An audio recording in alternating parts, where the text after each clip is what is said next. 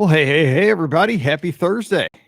Getting things set up to record episode 22 of Mike in the Midwest. Shout out to all of our patrons. This time next week, Thanksgiving. Almost there. We are getting close. All right, got the lights on, got the software up, got the thoughts in my head. Hello to our live viewers on YouTube as we record this. Let's see what we got from last week. Let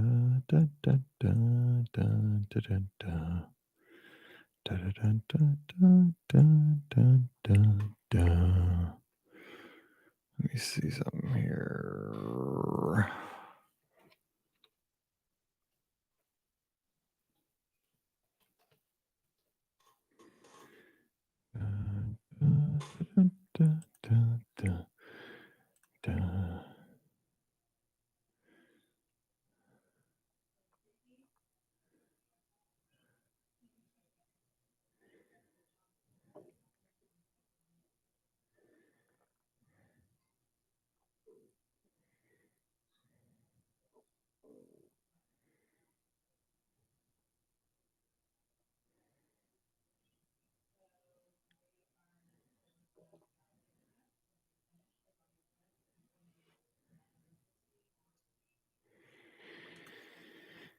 Okay, let's do this.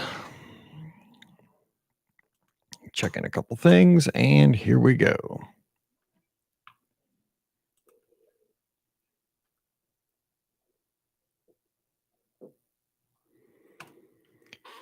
Well, hey, everybody. Happy Thursday. Welcome to episode number 22 of Mike in the Midwest, an exclusive podcast for just our patrons.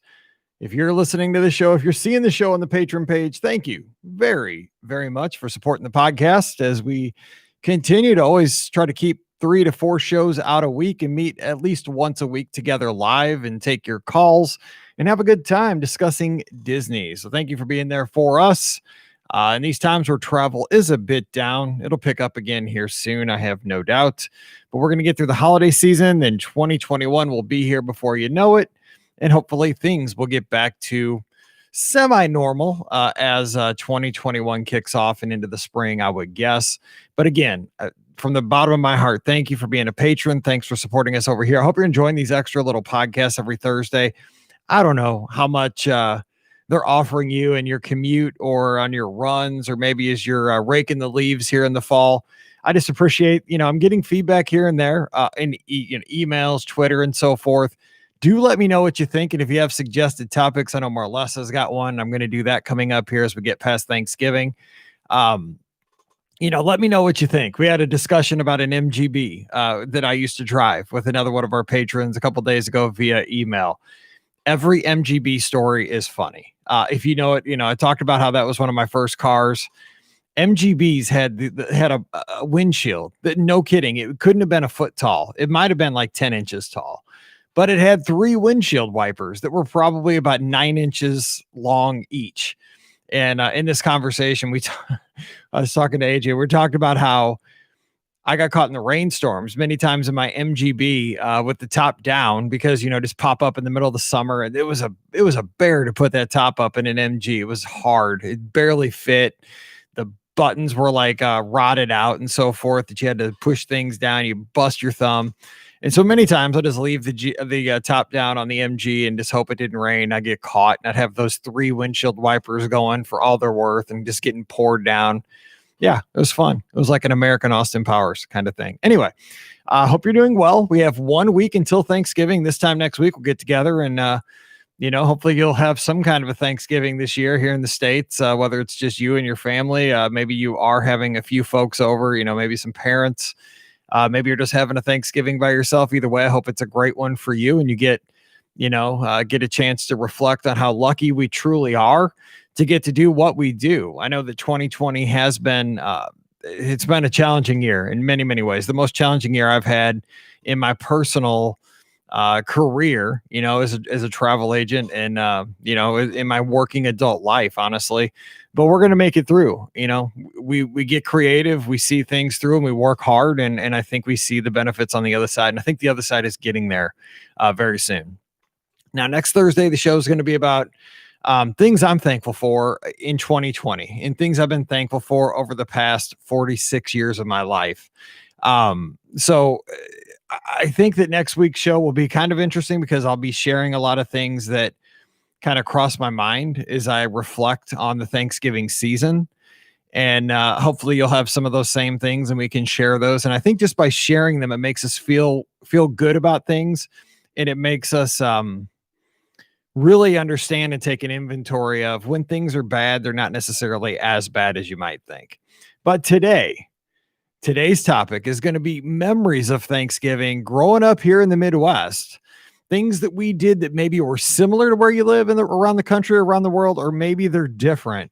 But we'll talk about like what your Thanksgiving looks like compared to what my Thanksgivings looked like growing up. And they definitely look a lot different than what I saw on TV. So anyway, before we get into today's topic, I do want to go back to last week's topic where we talked about grocery store stories. Like, what did our grocery stores look like here in Missouri growing up? We had Schnucks, we had Dierbergs, we had restaurants inside of grocery stores.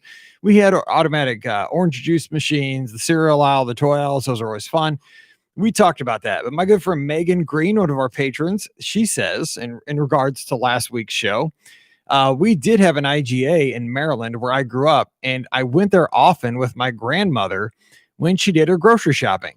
When my sister and I went to the grocery store with my mom, we stopped at the local store called McKay's, and they had a huge salad bar and a deli type counter and sold all kinds of hot foods like fried chicken.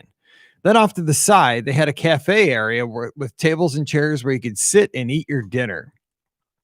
When we were kids, we loved it when we would go grocery shop, and then my mom would let us take our own salads to the salad bar, mostly toppings, of course, and then buy some chicken and other sides to take home for dinner.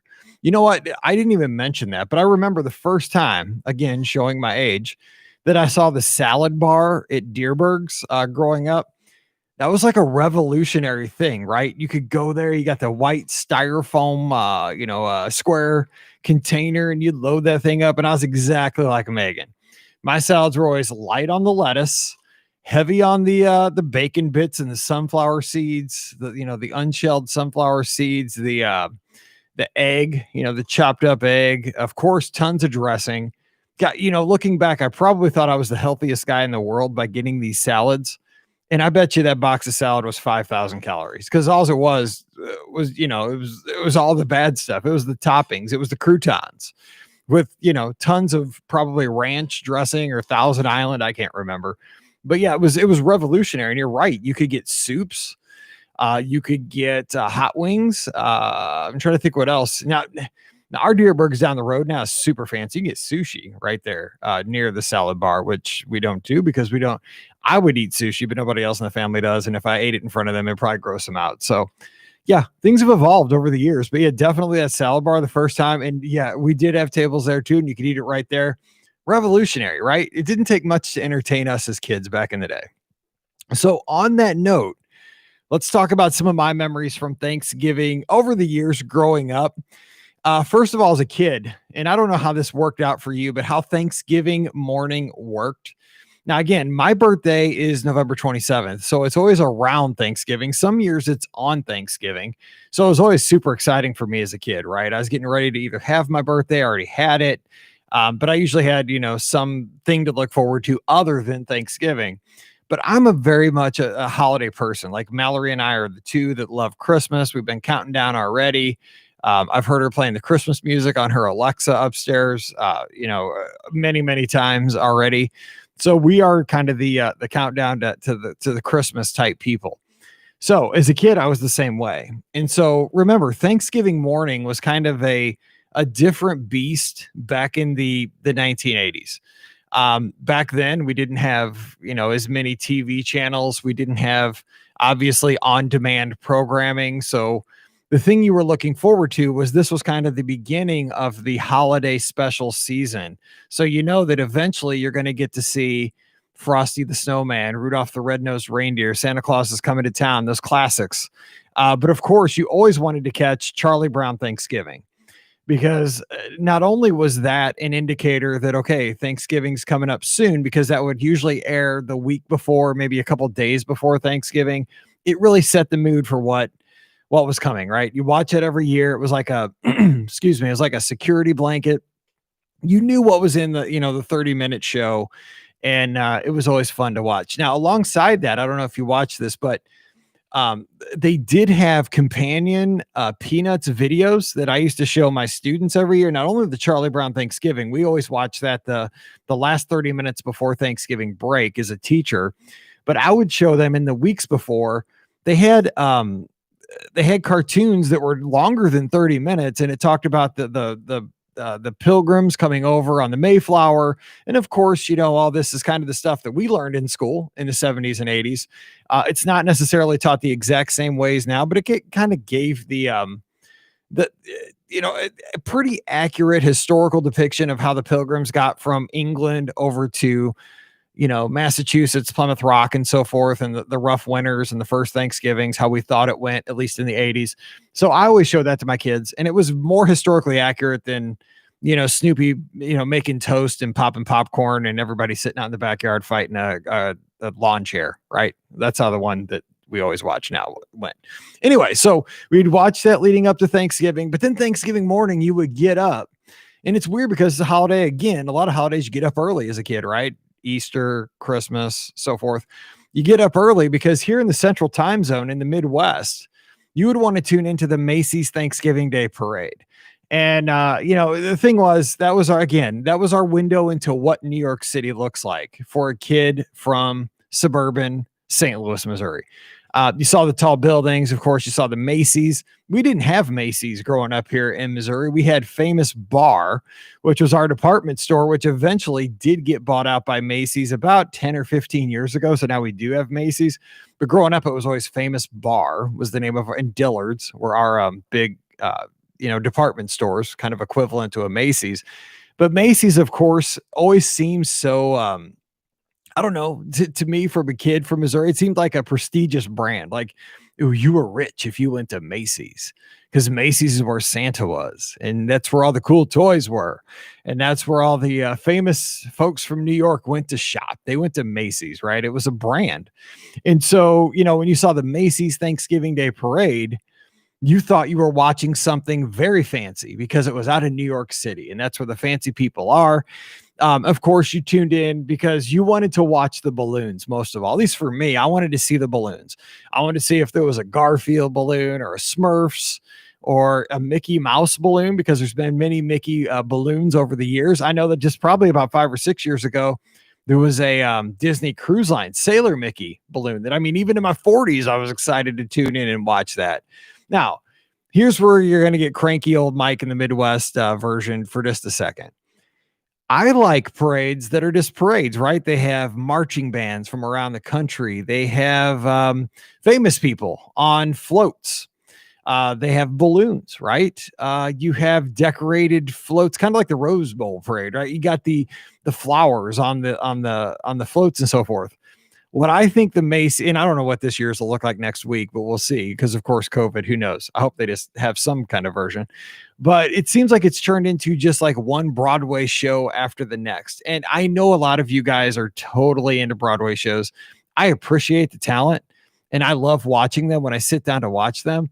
But when I want to watch a parade, I want to see the parade stuff. I want to see the high school bands, the cheerleaders, like I said, the balloons, the floats, the music. It seems like now it's just like one group stopping on that big green spot in front of that store to do their show from the song from Rent, or, West Side Story, or, Frozen, or whatever it is. That's okay. But I wish it was like 2 or 3 times throughout the entire morning, not, one after the next, because I'm more of a traditional parade kind of guy, but that's just me. So growing up, we'd watch that. Now, I don't know if they did this in your neighborhood or in your city, but later years, like when I got into high school, we started having a St. Louis Thanksgiving parade that would parade through downtown St. Louis by Busch Stadium, by the Arch, by the old courthouse. It was on our local CBS affiliate, Channel 4. And so it was always hosted by, I don't know why, but it's always like the weathermen that get to be the host, right? So it was like Ken Earhart, Matt Chambers. So a couple of the anchors would be down there. Steve Savard, one of my favorites, good friend of my dad's. It was always fun to kind of see the local perspective because, when you watch Macy's, it was fancy. It was like you were watching in like what the world watches. But then when you watched our St. Louis Thanksgiving parade, it was cool because you saw the places that you would visit throughout the year because you did go to Busch Stadium to watch the Cardinals. You did go up in the Arch on a field trip in school. And so that, it was always, that was your weatherman that you watched the weather each night to see in your news anchor. But also you saw high schools, marching. So you'd see Hazelwood Central, my alma mater, would be down there with the Golden Girls or the Hawkettes, our cheerleaders and our dancers and so forth. And our big band, but you'd see the rivals, you'd see, bands from over in the Metro East, right across the river in Illinois. And you would see businesses represented that you shopped at, the big Schnucks. We talked about grocery stores last week. One of the floats that Schnucks had in every parade anywhere in St. Louis, which we'll talk about Valley of Flowers in the spring, they had a shopping cart. This shopping cart was huge. It must have been 40 feet tall. It had a gigantic dragster race engine in it with the big pipes out the side, and they'd rev that thing up. And I mean, it would just blow you away. And so it was a huge shopping cart, right? I said like 40 feet tall, and I am not exaggerating. I'll try to find a picture online and post it in the Patreon.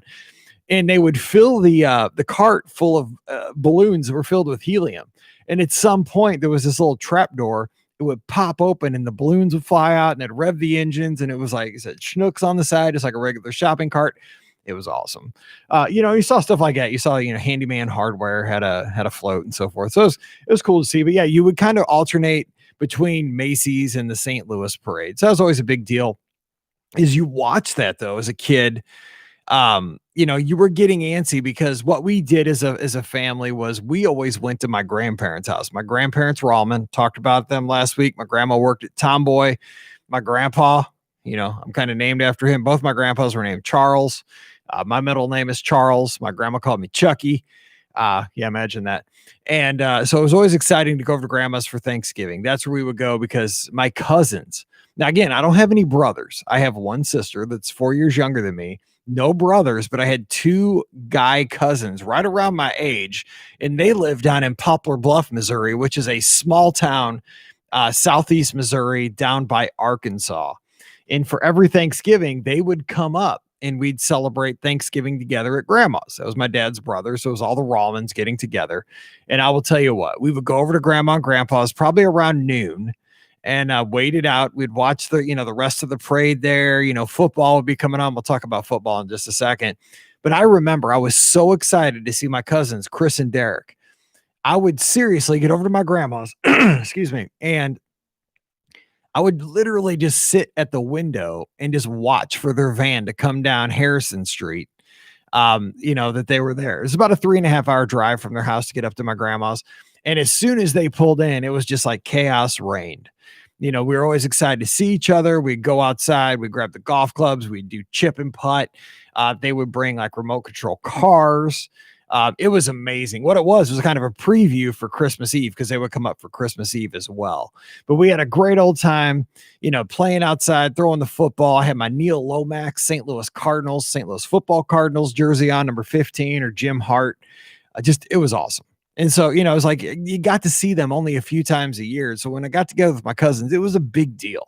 And so, of course, grandma was working hard in the kitchen, making our Thanksgiving meal. She made dinner every Sunday after church, around noon. We'd go straight from church to grandma. So she was a great cook. She cooked every week. But man, she she blew it out of the park on Thanksgiving. It was amazing. So we would have, the typical fare. We'd have a turkey. We would have macaroni and cheese. And one of the things about my grandma's mac and cheese, she always kind of burnt the top. It was homemade mac and cheese with like noodles and super cheesy stuff. But at the top, it was like, it had this crust to it. and it was always in this round pan, and it was almost like burnt at the top, but burnt not in a bad way. It was really the best part of the mac and cheese. And I'll tell you what, Chick-fil-A has come out with mac and cheese, and it has the same type burnt crust on the top of it. So if you want to taste what my grandma Rallman's mac and cheese tasted like, just go to Chick-fil-A, get their mac and cheese. It's eerily similar. It's scary because we had this in the 70s and 80s growing up. Of course, my grandma was famous. If you look back on my Instagram, if you look at Thanksgiving pictures for the last 5, 6, 7 years, my grandma was famous for something she called dressing balls. And what she would do is take the stuffing and ball it up into, about the size of a baseball, maybe slightly smaller than a baseball. These little balls, she would bake the stuffing, on a tray in the oven. And then these became appetizers, and she would make maybe 100 of these things, and she'd throw some of them in a bowl, and that's what we'd snack on as we waited for dinner to get ready. She'd have those ready ahead of time. Of course, we had mashed potatoes, gravy, green beans, corn. She always had Waldorf salad. We talked about that in a previous show. I don't know why I never touched it. Cranberries, anything you wanted, we had on Thanksgiving. We ate like kings and queens. Now, one thing about Thanksgiving that's different for me than I think a lot of folks, at least what I've seen on TV and in movies, I've never once had a Thanksgiving where we sat around one table as a family, like the big table with the candelabra, anything like that. Our Thanksgivings, grandma's house wasn't big. As we moved on, we started hosting Thanksgiving for Pam's family over at our house, and it was very small. Even here, we don't have a formal dining room. So I've never been anywhere where we've had a formal dining room where everybody sits around one long table and it's like it's what you see in the movies. I've never once done that in my life, and I'm totally fine with that. At grandma's, we would grab our plates. Most people sat, the adults sat around the kitchen table in the kitchen, which had the leaf in it. So the table was slightly bigger. Table. So we went back in one of the old spare rooms at grandma's house. We ate. And of course, we ate quickly because we wanted to play and we didn't appreciate it as much. But we'd do that while we were watching TV. So that was kind of the Thanksgiving meal growing up. Now, one other thing I remember about grandma is just kind of a weird memory.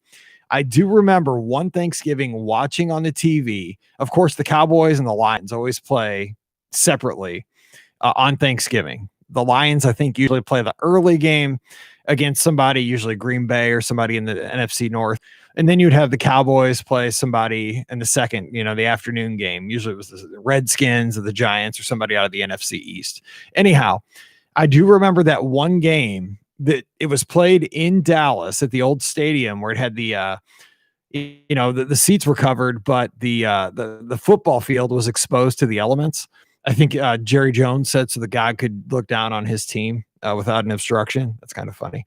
Anyway, I do remember that game where it snowed in Dallas on Thanksgiving, and like they played the game in the snow, and I was like locked on that. That was like the coolest thing. And I do remember that there was some kind of a crazy play where possibly there was a fumble or somebody was going in for a touchdown and fumbled the ball like right before breaking the plane of the goal line. It was just a crazy game. People were making snow angels on Thanksgiving in Dallas. I just remember locked in watching that game with my cousins. We're like, this is cool. Okay, so that was Thanksgiving. Now, what Thanksgiving also was for us at grandma's when my cousins were up and my sister was there, because that was the 4 grandkids. And we'll talk about this going into the Christmas season. But one of the things grandma always busted out on us, she got out the Sears catalog. And so this was like the beginning of Christmas. So she would give each one of us a different colored marker. And what we would have to do, and how many of you guys did this? We'd go through the Sears catalog and we would circle, the items, the toys that we were kind of curious about, we'd love to have for Christmas.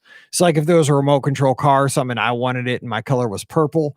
If it was like D on that page, D was the descriptor, I'd circle D and that would be mine. And I'd put a little key in the front. So that was kind of grandma's way of getting the Christmas season going. So she knew what we were looking for Christmas, whether it was a computer game or a doll for my sister or what have you. That's what we did. And it was always exciting, right? Because we'd look at it together, like, oh my gosh, look at this. Oh my gosh, a little mini tabletop Pac-Man game, or, a cartridge for our Atari or our Commodore or whatever. It was always an exciting time because, at the end of the Thanksgiving parade, right? At the end, Santa, right? And then that kind of kicked off Christmas. So did you guys do the same? Go through and kind of circle things in either the wish book or, the JC Penney catalog or what have you? We did that, but we all had our own colors. Okay, so I won't go too long on this, but I do want to hit some other Thanksgiving traditions. As I got older and as I was in high school and college, we've talked about this here on the show. That I ran a roller skating rink. It was called Spinning Wheels in Florissant, Missouri. Great place. And one of the great parts about this, again, my next door neighbors owned it. Growing up, they were right there. So I was always at the rink from the time I was like 4. So when I ran it, when I was in my teens, high school and college and so forth, obviously I had a key to the rink. And one of the things that became very popular in the early to mid 90s, if you remember this, you might not, but it was roller hockey. Okay, so as roller blades came around, inline skates, roller hockey became exceptionally popular, really hot for like a few years, and then it really burned out quickly as well. It was so hot, in fact, that ESPN had roller hockey on all the time, and they staged a tournament down in Florida. And a lot of the folks I worked with at Spinning Wheels got picked to play in this tournament down there. They just made a bunch of teams. It made it look like it was a whole season, but they played it over about a week. They just played a bunch of games and recorded it and played it over a series of time. But it was a huge, huge deal. So we played roller hockey at our skating rink just nonstop. I probably played 5 or 6 nights a week on a conservative week. Some nights I played every single night. And the way it would work for roller hockey at our skating rink is that we'd have public skating, usually from like 7 to 9 on a Tuesday night or a Thursday night. Friday would go till 11. Saturday would go till 10. But as soon as the public skating was done, we'd rent out the rink literally all night long for folks to play roller hockey. So high school groups would come in, men would come in, just, and they'd have their slot from, say, we'd have folks who would come in and rent the rink from midnight to 2 a.m. on every Friday night. And then there'd be a group that come in from 2 to 4 every Friday. And no kidding, people would play almost 24 hours when the rink wasn't having public skating. So of course, we played with various groups, growing up. I didn't care in high school and college. I played at 2 a.m. It was fun. It was hockey. But on Thanksgiving, the rink was closed. We did not have skating on Thanksgiving. Everybody was off. The rink was closed so everybody could celebrate with their families. But of course, in high school and college, as you would, get back from having Thanksgiving with your family, it was kind of boring. There wasn't much to do on Thanksgiving night, right? Once you had your meal, so like 6 or 7 o'clock in the evening. So what we would do, all the guys who I played with, and a lot of us worked at the skating rink together, we just kind of go up to the skating rink and have our private Thanksgiving night game. So we would have all eaten just tons of turkey and dressing and potatoes and green beans and corn and chocolate pies, pumpkin pies. We've all eaten at home, but what we would do is, now not all of us had the best family life. I was very fortunate to have a great family that I celebrated with. But not everybody that worked there had the greatest family life. So I'd just, bring leftovers or, a few pieces of pie and so forth. We just hang out at the skating rink. We'd open the skating rink up just for us, go back in, lock the doors, turn off the street light. We're in there, we're having a good time. We'd play pinball or video games, what have you. But we would also play our Thanksgiving hockey game. So we just kind of break up the group. There's usually about 10 to 12 of us, maybe go 4 or 5 aside. During this game, we'd put on the music. We play the stereo that played for the public skating. We just put on some great music on the radio throughout the sound system in the rink and just play hockey and have a good time and kind of burn off some of that sitting around energy from just eating and eating and eating. It was always a good time because this wasn't an official game, but God, we played this game hard. None of us ever wanted to lose. We're always pretty competitive. And it was just fun because it became, just for a few years, a little tradition that we had that we'd look forward to because a lot of us worked together all year. We played on different hockey teams for different leagues and so forth. But this was just a game where we'd lace up the skates. We'd put on the shin guards, the elbow pads, the helmets, grab our sticks and pucks and really just have a good time and enjoy each other because it was a time where it wasn't pressure, it wasn't practice. It was just a good time to get out there, play some hockey, and celebrate that, we were off all day on Thursday and we're just having a good time. So that was another thing we did. Growing up as I became an adult and became a parent, we've hosted Thanksgiving at our house ever since. Pam is a great cook. She hosts her sisters and her parents and everybody. We've had 20 or 30 people at our house for Thanksgiving in the past. And again, our house was less than 1,000 square feet. So some people would eat at the kitchen table, which was super small at our old house. Like it only seated like five. The kids would go downstairs and eat in front of the TV downstairs. Some people would eat on TV trays in the living room while watching football or NASCAR or what have you. It's always, my Thanksgivings growing up have been similar in ways because I think a lot of folks have done the wish book thing, have watched the Macy's parade, have watched football, of course. But I think in a lot of ways, my Thanksgivings have been different where we didn't have the big table and the candelabras and, the fancities that some people have on Thanksgiving. But I wouldn't change a thing, to be honest. It's always been fun, eating off of a TV tray in the living room, watching football with family. That's always been fun for me. As a kid, it was always fine to not sit at the adults table, to sit in a separate room with my cousins, Chris and Derek and my sister, and just talk about kid stuff and get ready for Christmas, and hear about my cousins' adventures, because again, they grew up out in rural Missouri, out, they were in the sticks, out down by Arkansas and the Boot Heel. And their stories were always so interesting to me because they were so different than my stories. Like their high school mascot's the mule. They're the Poplar Bluff Mules, right? I mean, if you had a mascot of a mule in St. Louis, you'd be laughed out of the city. But the thing is, the mules are official state animal in Missouri, so it's a proud animal in our state, in rural areas. But again, my background, even in Missouri, was different than my cousins down in southern Missouri. So it was always a fun time just to get together and have some good food. Now, I will say, my cousin Chris, 2 years younger than me, he's a good guy. He's a great guy. He is hilarious. But he is definitely a country boy. He would come up and he would refuse to eat any of grandma's food. Said he didn't like turkey, didn't like potatoes, didn't like any of this good stuff. Wouldn't eat stuff, dressing balls. He would eat bologna. I'm not even talking about a bologna sandwich at Thanksgiving. He would have a piece of bologna or two on a plate, and that was his Thanksgiving meal. I still remember it. It breaks my heart that he didn't eat anything good back then. He's a big dude now, so I'm sure he eats well now. But back then it was kind of crazy. He would just eat bologna. Anyway, that's Mike in the Midwest. Some of my Thanksgiving stories. I have more, but we'll be doing this hopefully again next year. But I want to hear from you. What are your Thanksgiving stories? Did you guys get to sit at the big formal dining room table? That would have been cool. I've just still never done it. I'm 46. I'll be 47 next week. But I wouldn't change a thing. I'm fine. I'm not fancy, but I think it'd be kind of fun to do. Did you watch football? Did you watch the parades? Did you get ready for Christmas by looking at the wish books? Comment below the video or the audio link here, or just let me know on Twitter or Instagram. You guys know where I am. Just let me know, email me, and I'll share that stuff next week as we would get together for Thanksgiving 2020, which is going to be, who knows what this year is going to look like. I just got to have turkey and dressing balls. As long as I have that in my family, I'll be fine. So again, thank you so much for being here. I hope you're having a great lead up to Thanksgiving 2020. I hope you're staying safe and healthy. And I hope you're just doing the best you can, and that you're enjoying this year. I know that it's kind of crazy to say you're enjoying 2020, but there are small victories in every single day, and I hope you're finding those. So you all stay safe, stay healthy, and I'll catch you next week. Happy Thanksgiving a bit early. We'll see you real soon.